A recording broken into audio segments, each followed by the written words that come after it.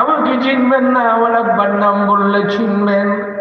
আমার আব্বার নাম ইব্রাহিম খলিলুল্লাহ। কেমন বা কেমন সন্তান। মুরব্বী, আপনার নামটা যদি একটু বলতেন তাহলে আমি একটু খুশি হইতাম। মুরব্বী এবার ডাক দিয়ে বলে, বাবা আমি এমন কেউ না আমার নাম বললে তুমি চিনবা।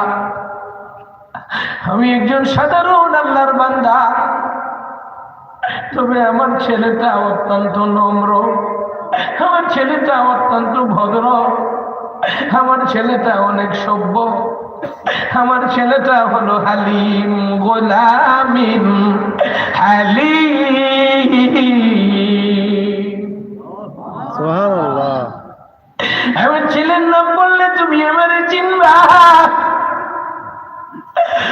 আমি কোনো ছেলে চিনি না,